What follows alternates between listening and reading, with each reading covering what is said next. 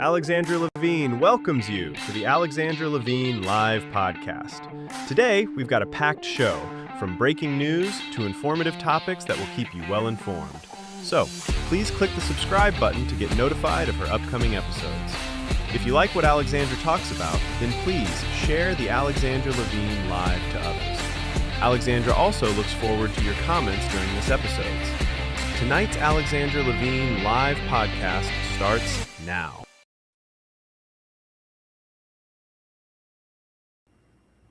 Well, hello, everyone. Hello, this is Alexandra Levine live with the America's Pulse Network. You are all in tonight with me, Alexandra Levine.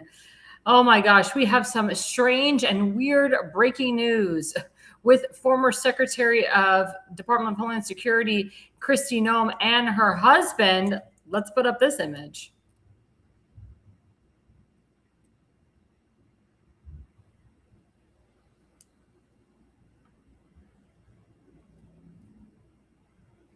Nope, wrong image. We're looking for the breaking news image. There it is. So this was from the New York Post today, and the Daily Mail and the Daily Beast actually broke the story. So exclusive details of Kristi Noem. She weighs in on a report that her husband, who's next to her, Byron Noem, lives a cross-dressing double life. She says the family was blindsided by this.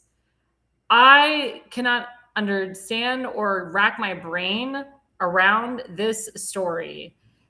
The whole thing is just insane, considering that her husband was just behind her testifying a couple weeks ago after she was moved from DHS secretary to now the special envoy to the special Americas of Latin, special envoy to the Americas of Latin America. I'm like, what in the heck? And what's disturbing to me is I know her husband. I've interviewed her husband. Her husband seemed like a very decent man, a gentleman, someone who didn't want his wife to overstep or overdo her boundaries. I asked him the question. I said, what if President Trump asked your wife to be his vice president? And he said, no, we're not concerned about that right now. We're not interested in that right now. She's interested in being reelected as governor of South Dakota. So he seemed like he was like the man in the household. I mean, the guy made a fortune from his financial industry. I mean, the guy has more money than she does. The guy owns a farm. I mean, they met on a farm 32 years ago. They've been married for 32 years. And this whole story to me is just so asinine. Here's the next image of him actually cross-dressing. So shocking pictures, and this is really him. He did not cover his face here. Cross-dressing husband flaunting giant fake breasts revealed, sparking grave security questions. So they were saying that maybe he did this or, laid this out there to blackmail his wife. For those who don't know, they've been having marriage issues for a while. She did have an affair with Corey Lewandowski. She was asked at the hearing about her alleged affair with Mr. Lewandowski. She didn't answer it the way she should have answered it. And this whole thing is just insane.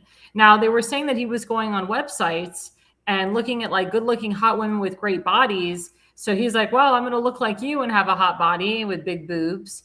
And, he put on this like fake boob t-shirt. And then he's wearing like, you see it with like little pink girl shorts, like he's going to the gym. It's very disturbing. Now, for people who have seen Kristi Noem in person, I have. She's very small. She's flat-chested, or I should say small-breasted, excuse me. She's definitely not a double D or a D cup. She's like maybe an A to a B cup. She's very skinny, very thin. Looks like she's been on Ozempic or she's had a lot of work done. And maybe he's the type of guy who likes a woman with a little bit of meat. So he's looking at women with other meat. I mean, look, she's been looking at other men. She's been looking at other married men. She's sleeping with a married man. And I mean, he's thinking, what am I to do? I'm just the puppet to her. She's just trying to save face by staying married to me. But the whole thing is just insane. I mean, the fact that there's any validity to this story is very, again, asinine to me, very disturbing to me. Let's show the next slide, please. So this is your need to know. So Kristi Noem has reportedly been blindsided by new reports about her husband, Brian Noem. So apparently she didn't know that her husband had this like second identity. She know that he was a cross-dresser, and neither did her children. They have 3 children together, and they have grandchildren. The Daily Mail published photos today that show Byron dressed in women's clothing, including the massive fake breasts and the pink hot pants, as the picture we just showed. This is even more disturbing. Byron also reportedly paid at least $25,000 to chat with online fetish models in the bimbofication scene. So this is through PayPal, by the way. He paid $25,000 to chat with these online fetish models who have huge boobs. And he's like, oh, I'm going to show you I can make myself have huge boobs too. Now, I don't necessarily think he's cross-dressing. I don't think he's a transvestite or a transgender or whatever. But I mean, this is disturbing information.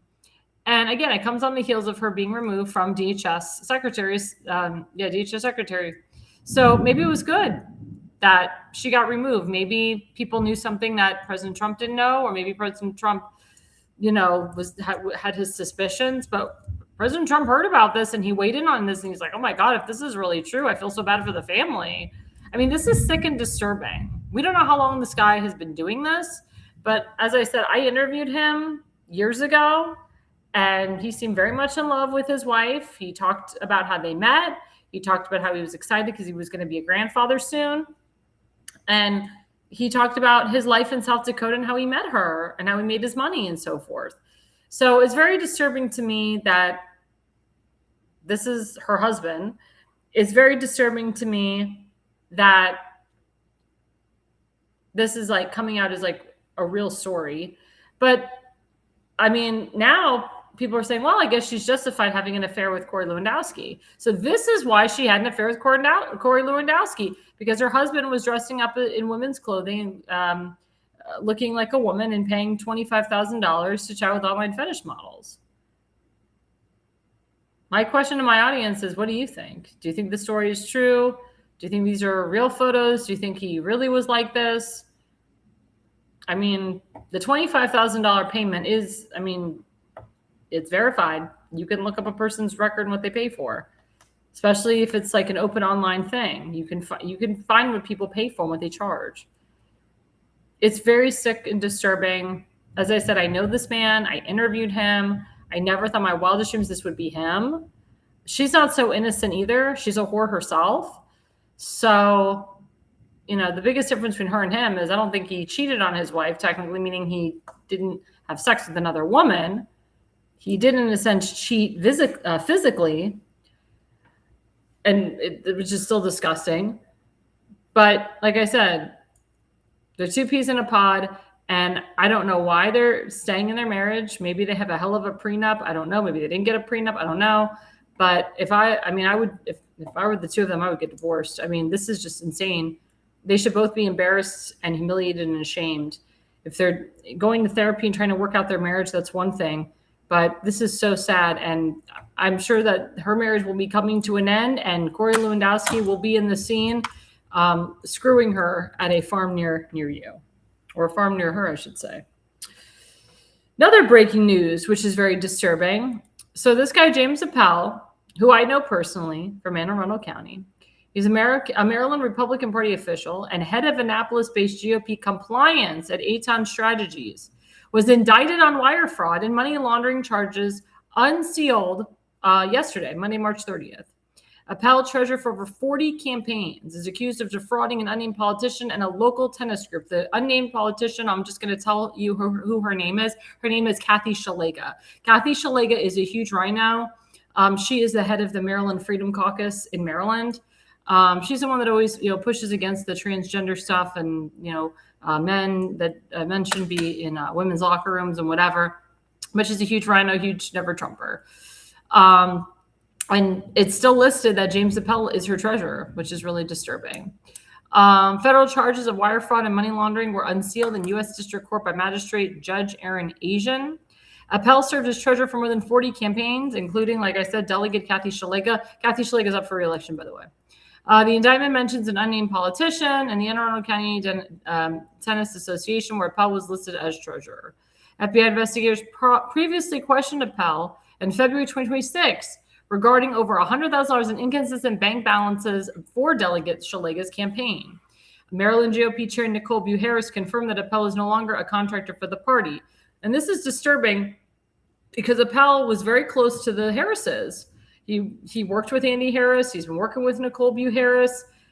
How, people say, like, how could Nicole Harris, as the MD GOP chairwoman, how could she not know that this was going on? Like, he literally did this underneath their noses.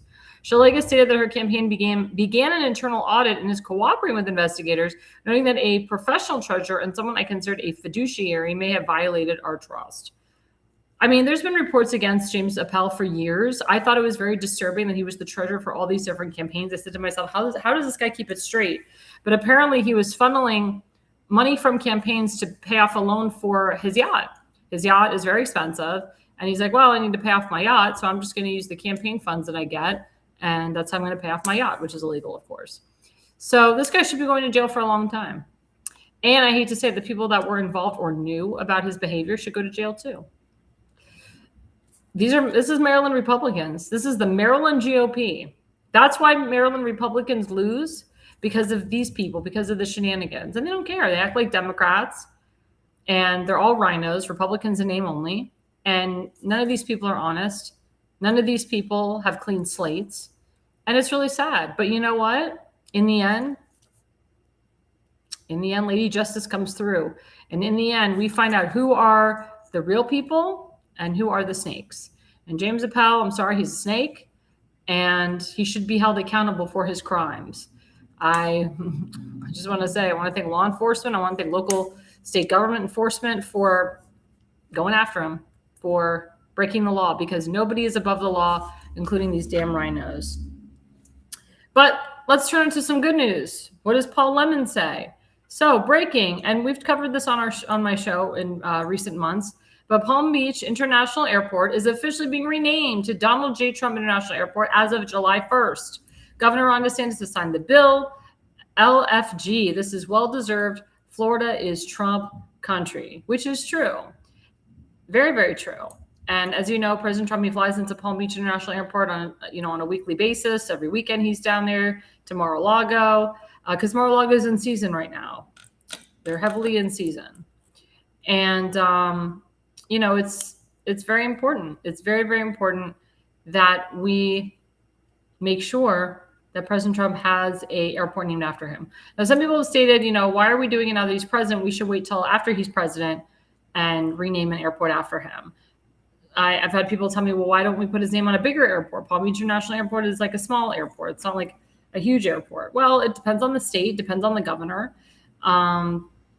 This is an airport that he goes to all the time. People know him there. My uncle actually drives by this airport all the time and sees President Trump's Air Force One all the time and Marine One all the time.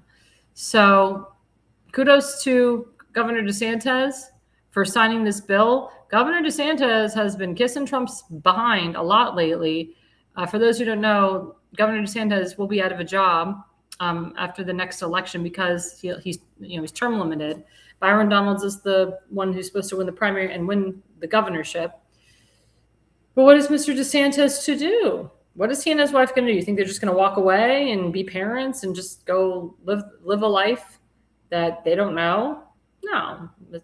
Governor DeSantis has been in politics majority of his life, half his life. So there's talks that the governor may join the Trump administration. We'll keep you posted on that. Then there's talks that my Senator Rick Scott may retire and Ron DeSantis may run for his seat. I'm telling you, Ron is not going anywhere. I don't see Ron running for president again. I think he really screwed himself by running against Trump. I could see him as vice president. I could see him in that position, but I personally don't see him as the president of the United States. But you never know. This country is very forgiving, and people in positions of power, they get in through different channels. So maybe this country will be convincing and they'll put Ron DeSantis in as president, but we don't know. We'll just have to find out. But I'm very happy about this. I'm very, very happy about this. So look, July 1st for the renaming of Palm Beach International Airport to Donald J. Trump International Airport. Now we go into segment one. So segment one's title is My CPAC 2026 Analysis. So I had the pleasure of going to CPAC. It was in Dallas this time. instead of DC. Matt Schlapp decided to get rid of the contract in DC because, DC is corrupt. And I think Matt Schlapp was getting screwed by the money that they were charging him. And he's like, where can we go where it's very Republican and it's Trump country and I don't have to deal with a lot of crap and it's constitutional carryover there. You don't pay state income tax, sales tax.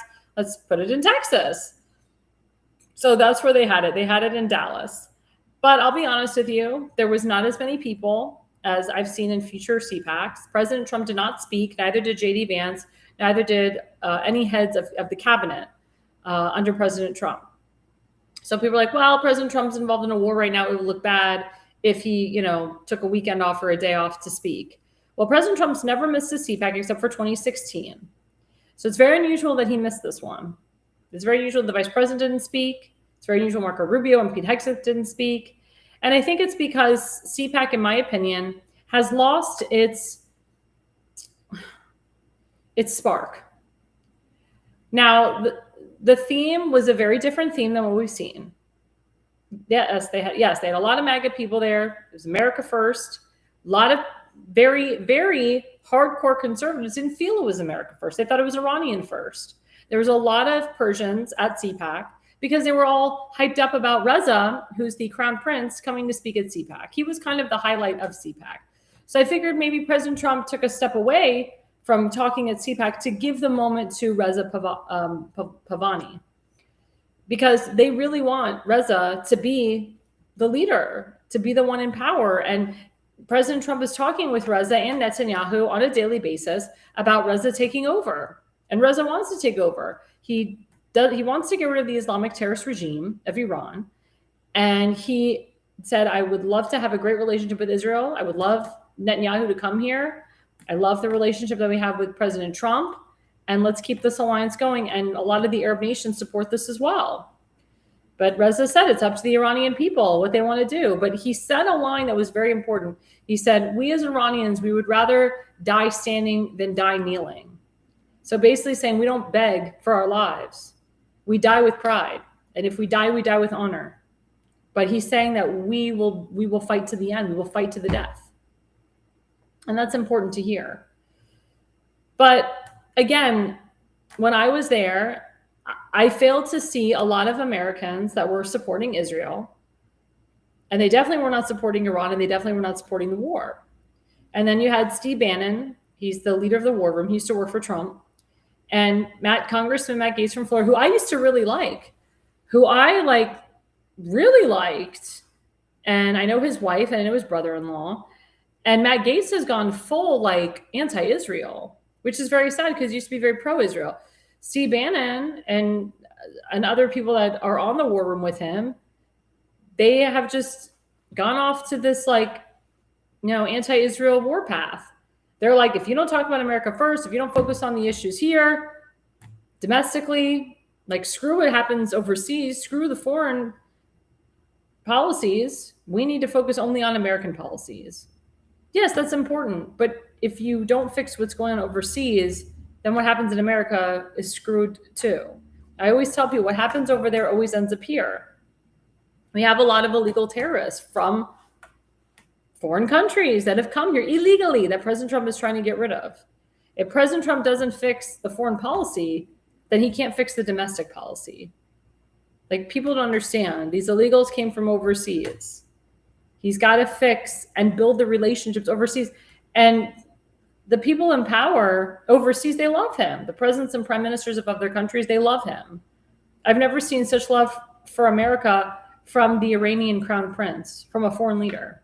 I see it in Viktor Orban, the prime minister of Hungary. I see it from Bibi Netanyahu. I see it from Javier Milei in Argentina.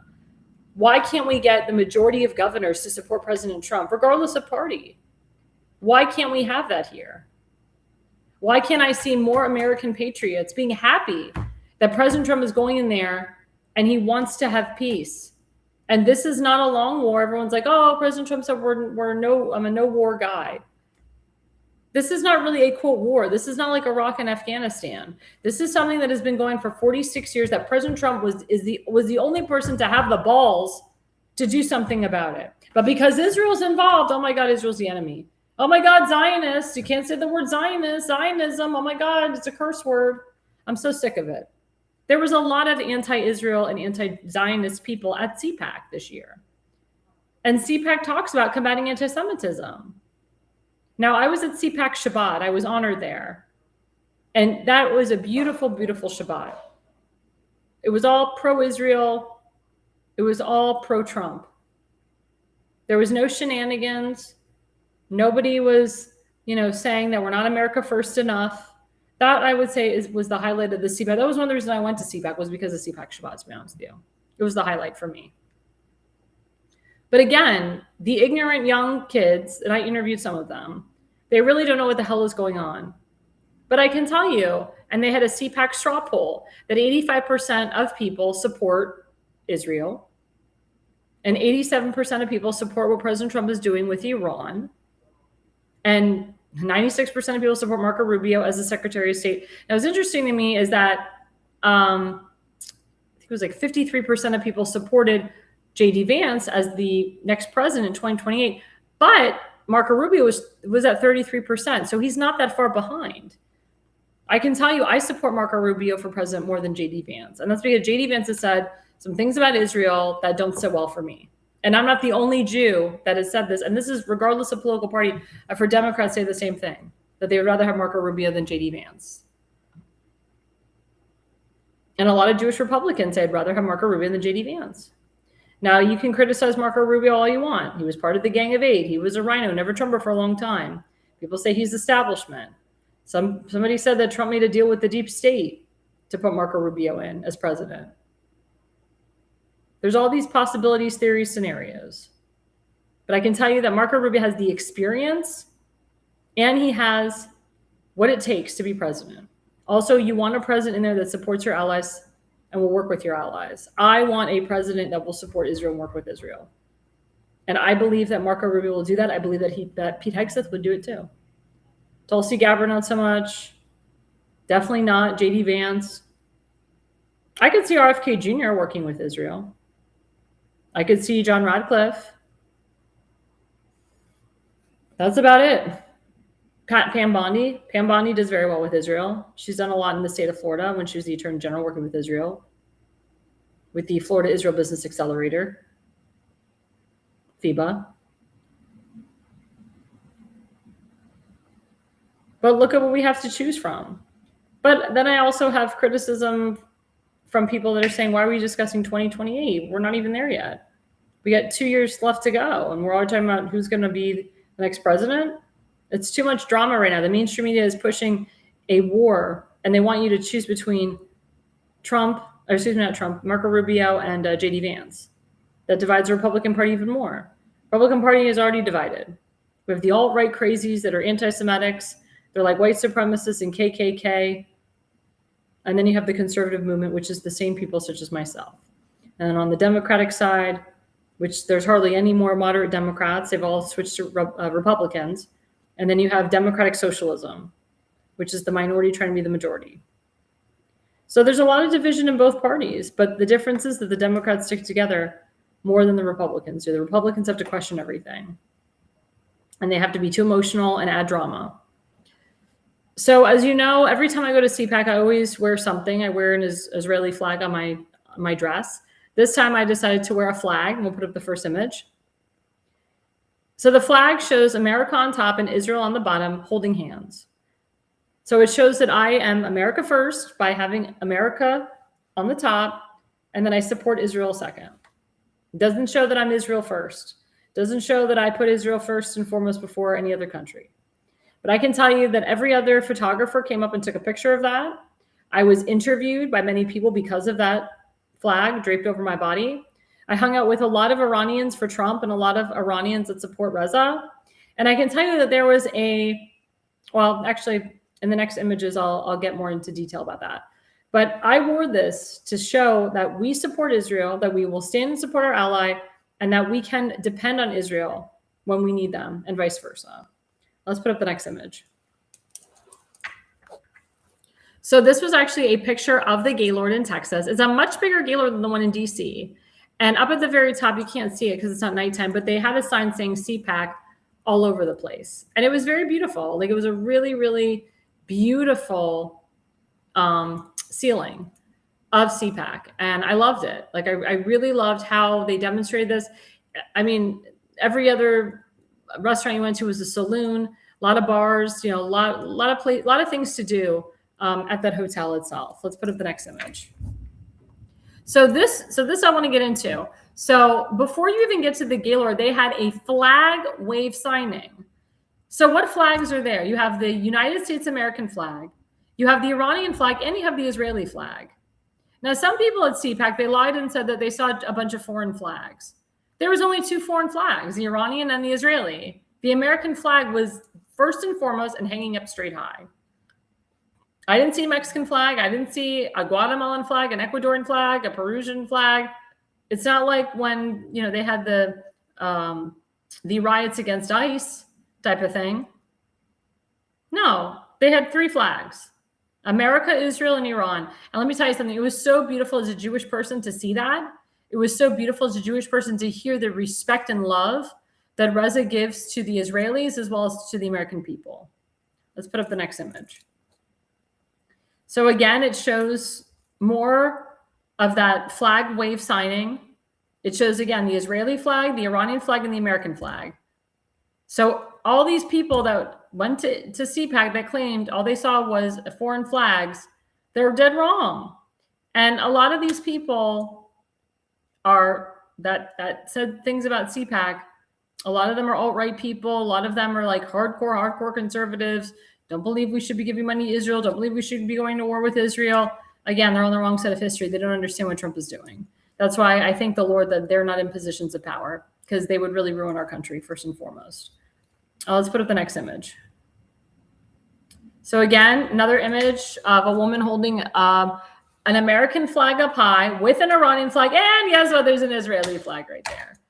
So again, 3 flags. Where's the truth that there was a bunch of foreign flags at CPAC?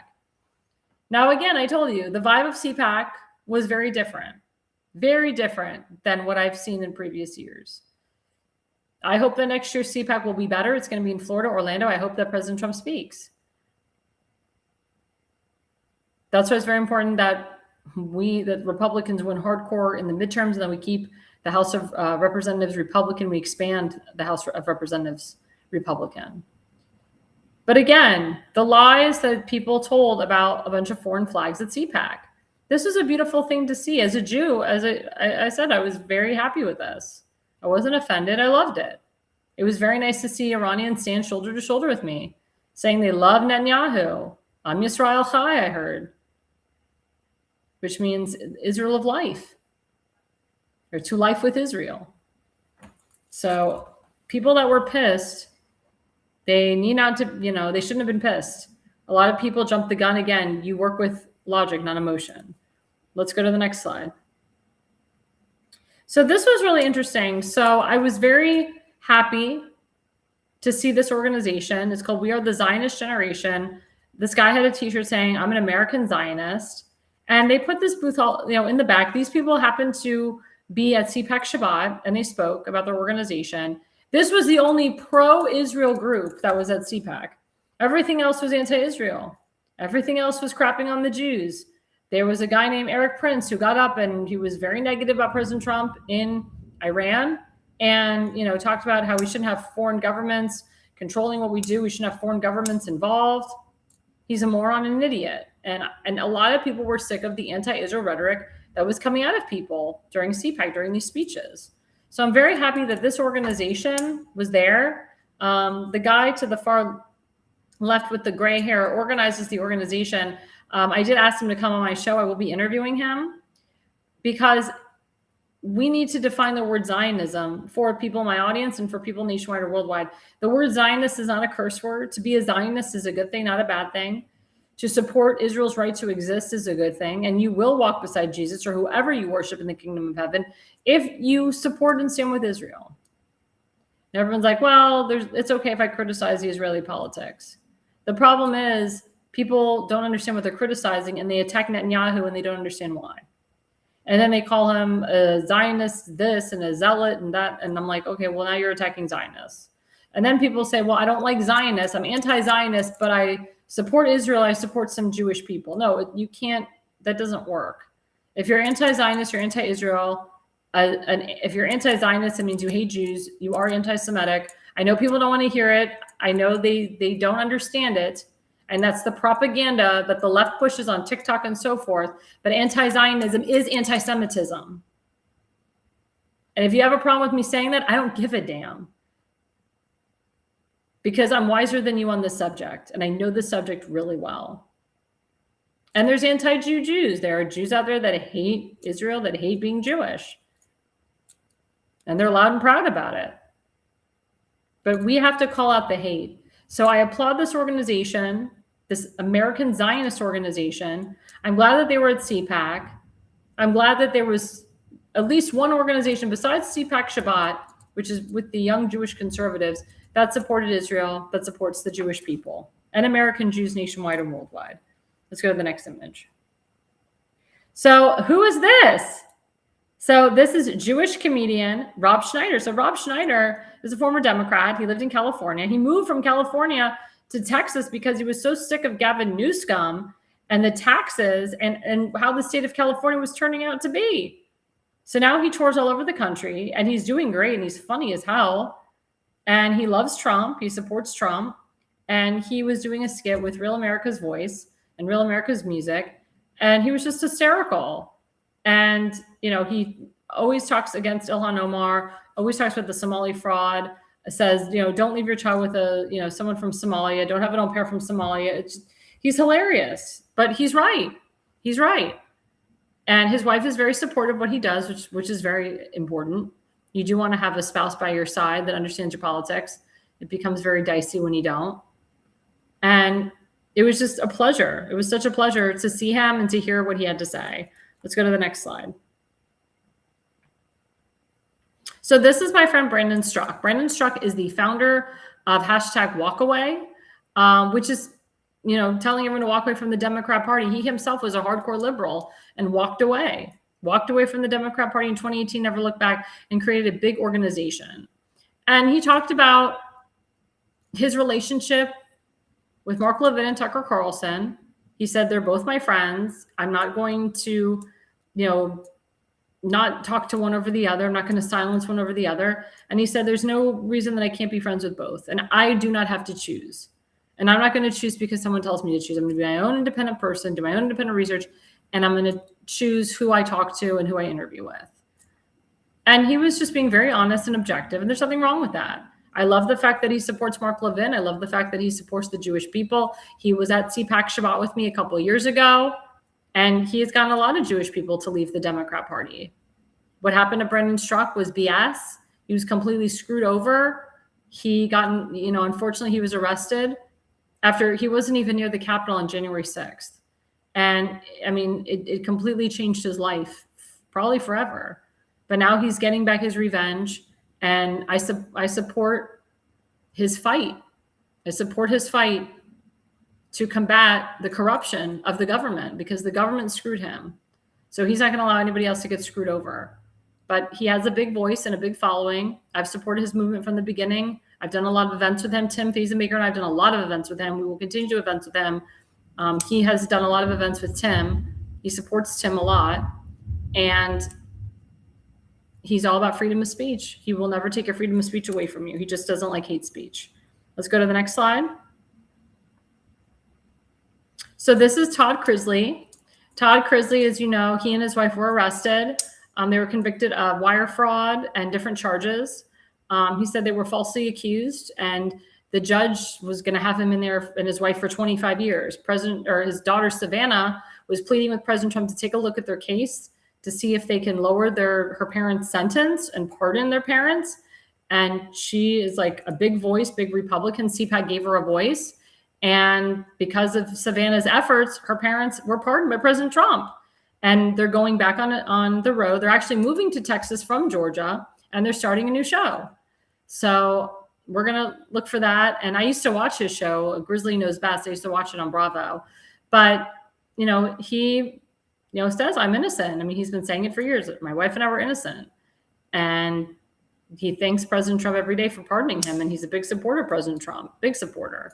So it's good to see him there. It's good to see, good to see him and good to hear what he had to say. Next slide, please.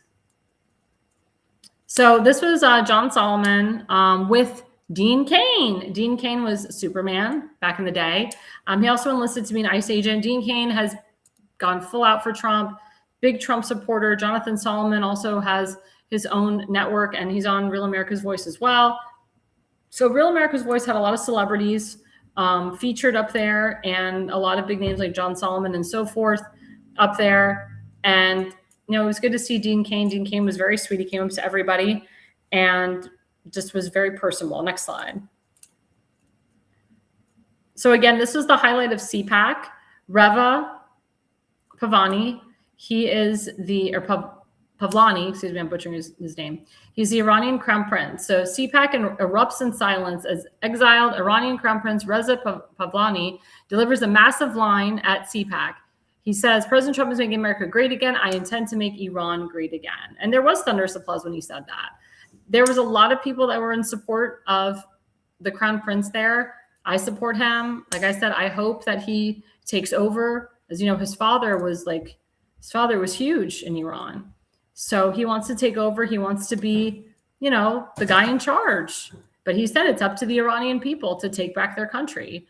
He did already talk about the steps that he, Netanyahu, and Trump are making for the transition. He talked about IPP. He talked about digital. He talked about he acted like he was already ready to go. Like they're putting him in place. So it was very positive, very uplifting. Pete Hegseth again said that we're winning the war. And of course, they're not going to tell us every little detail. They're not going to tell us everything behind the scenes. But he's very optimistic and positive and accepted being the person of power. Next slide. And Reza Pavlani at CPAC, he said, quote, the final blow will be delivered by the people of Iran themselves. They're taking shelter while the bombs are falling. But when the right moment arises, I will call on them to rise up again. And that was a very important line. So I'm going to say it again. The final blow will be delivered by the people of Iran themselves. So he's saying it's up to the Iranian people. They're taking shelter while the bombs are falling. But when the right moment arrives, I will call on them to rise up again. So that, again, that is what Trump and him and Netanyahu and other Arab nations are talking about. And let's go to the last slide.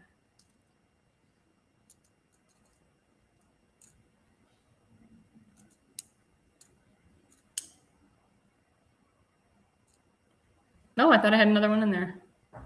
Unless that was the last one. I was counting it correctly. No, I guess not. I thought that was the last one. So that's a good one that we ended on. So again, you know, if you went to CPAC, what I want to know from my audience, what was your take on it? How did you feel? Was it a different vibe? Were you happy that President Trump didn't speak? Were you unhappy? I can tell you I was very unhappy that President Trump wasn't there. And it kind of put a damper in the mood. And the energy wasn't there. But for people that were saying there wasn't a lot of people there, I can tell you Saturday it was packed because they had a lot of bigger names that were speaking, like RFK Jr. and Brandon Gill and Reza, and actually the Prince of Poland, or not the Prince, I'm sorry, the Prime Minister of Poland spoke. And it was, I mean, and someone, I think it was the President of Brazil spoke. I mean, some big names from overseas came and spoke. So it actually made the convention a lot better. And again, oh, and I'm sorry, I correct myself for the record when I said no one from Trump's cabinet spoke. RFK Jr. was really the only one from Trump's cabinet that spoke at the entire CPAC. But it's, you know, again, I want to hear it from you guys. You know, a lot of people said it was a great CPAC. There was people that were there for the very first time. A lot of people told me this is my first CPAC. And I was very floored to hear that. And I know they'll be coming back next year in Florida. But has CPAC lost its spark? I believe it has. There's been some scandals against Matt Schlapp in the past. And, you know, it looks really bad when the President of the United States, who's been there since 2017, doesn't come speak. It looks very bad, especially when midterms are coming up. But I believe that after the midterms, if we get significant wins, he'll be back. So before we go on our break, don't forget to go to RNC. Why am I saying Stonewall? Sorry. RNC Store. I came into my own writing. .com/ALL. That's RNCstore.com/ALL. Get 10% off. Type in A.L.L. If you don't type A.L.L, you don't get the 10% off discount. You got to go to rncstore.com. This is great. We have Passover coming up. Passover food is horrific. So you want to take these supplements before you eat Passover foods, aka matzah and gefilte fish. Gefilte fish is Seth Eisenberg's favorite, by the way, not.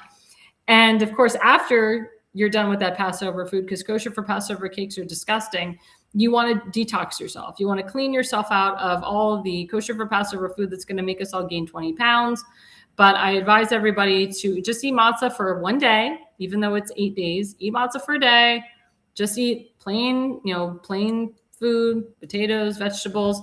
Now, there are some Jews that are Sephardic. They'll eat what they call legumes or rice. If you're one of those Jews that go Sephardic during Passover, I advise you to eat light rice, to eat light beans, to help your digestive system. But if you're eating all that veal and brisket and matzah for Passover, oh my God. And then if you're one of those people that celebrates Easter and Passover, oh my God, you're getting a double whammy. So take rncstore.com/ALL. Take these supplements. I've lost significant amounts of weight because of it. My energy level is up. So please, guys, this is very important that you take these supplements. Again, put A.L.L in there. If you do not put A.L.L, you do not get the discount. Stay with us, guys. We are live, and we will be right back after the break.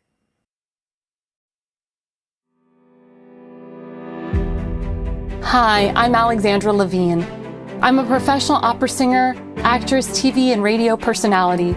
Since 2015, I've been a volunteer, a field director, and a campaign manager, learning the ins and outs of the political world. That's why I became a political consultant. My job is to lead you to victory with organization, structure, and the mindset of winning for your district or state. With my guidance and direction, I can keep you focused on the things that matter to the people and advise you on key issues that need to be addressed. If you're a serious candidate that is serious about winning, then book a consultation with me today. Go to levineconsulting.co. You'll be happy you did.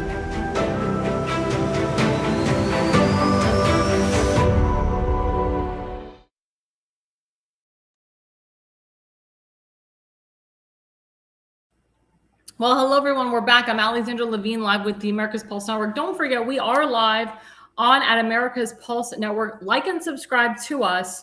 We are currently on Rumble, Spotify, Substack, Facebook, X, YouTube, True Social, Parler, Instagram, TikTok. We're on about 15 different connections nationwide and worldwide. So please, guys, like and subscribe us. And also, you can currently go on our website, AmericasPulseNetwork.com, and we should be aired live on our website. If you are interested in being a podcaster, and we have been expanding our podcasts, especially this year, go to our website and sign up as a podcaster. If you're interested in sponsoring my show, other shows, the network, the Pulse, please go to AmericasPulseNetwork.com and fill out the sponsorship form. We would love to have you as a sponsor. We're always looking for sponsors. So segment 2, of course, talks about the SAVE Act, which has not been passed yet, and election integrity. And President Trump is pissed because the freaking Senate decided to take a recess, which he was really pissed. And he's calling all the senators and the congressmen to come back to D.C. and pass this act. Because what happened was John Thune, in the middle of the night at 3 a.m. last Thursday morning, called Chuck Schumer and basically gave the Democrats everything. He gave them everything. And guess what? Lack of funding for ICE, lack of funding for DHS. We're not getting everything that we wanted to get. And that's because of John Thune, the Senate Majority Leader. He's a POS. He's a rhino mofo. I never supported him. I supported my Senator, Rick Scott from Florida, as the Senate Majority Leader. There's got to be a way to get rid of John Thune. There's got to be a way to get rid of him. This is insane. But he's Mitch McConnell and John Cornyn light. So he's going to do the bidding of the Democrats and the rhinos, because that's what he is. He's going to do the bidding of Mitch McConnell, because Mitch McConnell is retiring. He's not coming back. So he's doing the bidding of Chuck Schumer as well. But election integrity is really huge. And as you know, in certain states nationwide, they do not require photo ID. That's a problem. And mail-in ballots are huge in certain states. As you know, some states you can request a mail-in ballot, but in other states, once you say, I want a mail-in ballot, you always get a mail-in ballot. So, of course, there's chaos with that. Also, we're finding, especially in liberal states and liberal counties, that require signatures to get on the ballot, such as Ohio and New Jersey, like what happened with our good friend Damon Galdo. is, he was required to have a certain amount of signatures. He got the signatures that he needed, but for some reason, 500 of them didn't work out. He needed 500. And I think, and Damon Sherrod, you can double check me on this. I think maybe he was over, maybe at 580, 590. Oh, 82. There we go. Thank you. So he was at like 582. And all of a sudden the State Board of Elections comes in and says, wait a minute, these are not good signatures. They're not verified. They don't look legit, blah, blah, blah. So they took him down to 481 and you need 500. So he had to go to court and fight. And he fought, Baruch Hashem, we say, and he's on the ballot in the general because he already won the primary. This was for the general. So it's a real problem. We got 507. Thank you. So, because I think you need 500 to get on the ballot. In Ohio, for example, for local races, you need 50 signatures. And there was one lady, she got 58. But what did the State Board of Elections say? Well, this person, they haven't voted in a Republican election in a long time. This person's signature, you can't read it. This person's signature is involved. The dates are wrong. So they took her from, she had 58 down to 49. So they made her under so that she couldn't get on the ballot. Then by the time she was trying to fix the situation, they said, well, I'm sorry, you have a deadline. If you don't comply now, you won't get a chance to be a write-in. And she's like, what? So they gave her like no chance to fix her problem and to get her on the ballot. Now they were pressuring her to be, they're like, if you don't do this, you can't be a write-in. Now she's a write-in candidate. But it's really sad because I know the people that worked with her. I know the people that were, trying to get signatures 2 days before the deadline. And what we're seeing with these damn people, State Board of Elections, is you have to have a ton of signatures now. If they tell you need 50, you need to get 100. If they tell you you need 500, you need to get like 1,000. Because what they do is they try to cut at least half or a third of the signatures that you get so you're not on the ballot. But the sick part is they're more concerned with you getting on the ballot than checking signature verification on the mail-in ballot. That's the sick part. That's the sick part. And people aren't talking about that. That needs to be addressed. That's why we need to get rid of these damn mail-in ballots. It's bullshit. Pardon my language. It's crap. It's real crap. Like I said, I was in Europe with Martanya Grossi. We talked about this on our network. They don't have mail-in ballots there.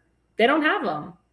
If somebody is sick, they have someone come over and help them with their ballot, but they still have to cast the ballot on the day. There's no casting the ballot beforehand or after. They don't do early voting. It's election on the day. You know the results right away. And it's paper ballots all the way. All the way. So it's really disgusting. And it's a real problem. And nobody's talking about it. Nobody's talking about it. Let's put up the first image.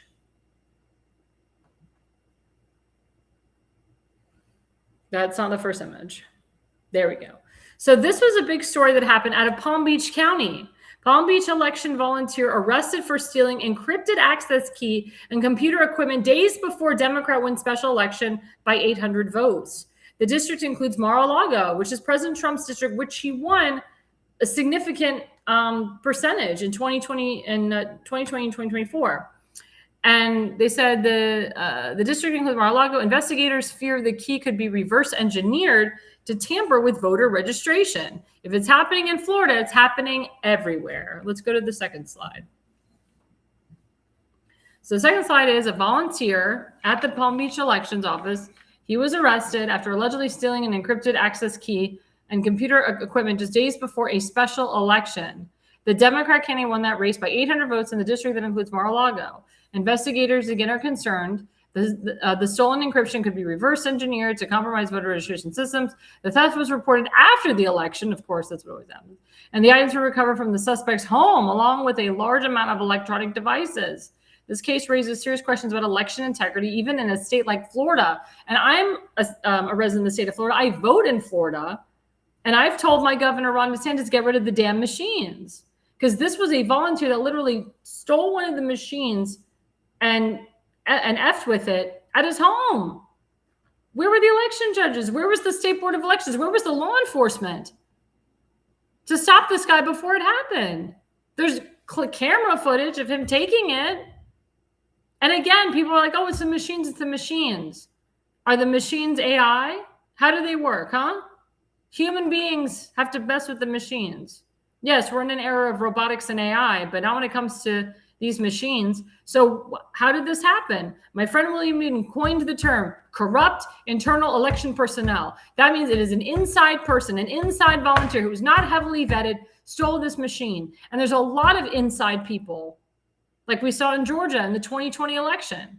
Corrupt internal election personnel that steal elections. We have people in the state board of elections all over the country that ruin elections for the right person. In Baltimore County, we have a Rhino Republican who works for a Rhino delegate, Rick Metzger. He works under him. And this guy is going to be working the elections, especially the contested primary with Tim and this Rhino opponent. And the Rhino opponent is supported by the guy that works at the State Board of Elections that works for the Rhino Republican, Rick Metzger.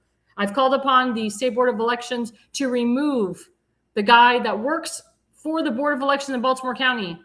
I do not want him anywhere near Tim's primary because I'm very fearful that he will tamper with Tim's election because he supports Tim's primary opponent, the Rhino, and because he does Delegate Rick Metzger's bidding and Johnny Salling's bidding as well. I do not trust any of these people. Again, corrupt internal election personnel. It's been proven time and time again. So it's not just the machines, folks. It's not the mail-in ballots. It's not the voter rolls. It's not this crap. And corrupt internal election personnel. My friend William Newton can't say it enough. And I've read his research. It's brilliant. It's been proven. His research, it has been archived in state GOPs nationwide, in Alaska, in Arizona, in Florida. My governor, Ron DeSantis, has William Newton's research, as well as President Trump, and Mike Pence had it too. And Chris Kobach, former congressman of Kansas, has it also. Ted Cruz has it. Greg Abbott has it. Maryland GOP has it. The state, Annapolis, the state legislators in Annapolis, Maryland have it. This is serious, folks. This is real serious. It's so serious that we talked about it on Lindell TV. Let's show the clip.